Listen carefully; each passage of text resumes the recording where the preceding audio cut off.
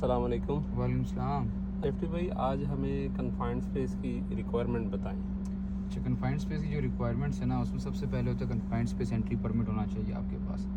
ठीक है, अगर आप रामको पे काम करें तो रामको परमिट, अगर आप नॉन रामको करें तो इंटरनल परमिट होना चाहिए। उसका जो अटैच डॉक्यूमेंट्स आ जाएंगे, इमरजेंसी रिस्पॉन्स टाइम और ये सारी चीज़ें होंगी।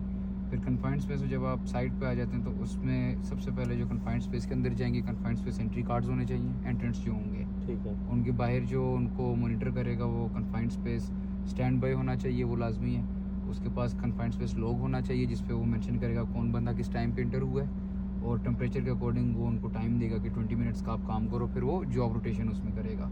इसके बाद कन्फाइंड स्पेस सुपरवाइज़र होना चाहिए जो इस सारी एक्टिविटी को मॉनिटर कर रहा होगा।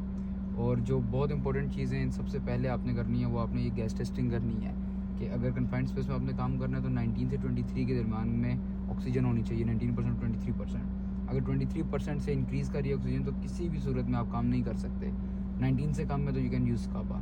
इस तरह कार्बन मोनोऑक्साइड को आपने चेक करना है। हाइड्रोजन सल्फाइड सबसे इंपॉर्टेंट चीज़ है जो कन्फाइंड स्पेस में पाई जाती है, वो हाइड्रोजन सल्फाइड है।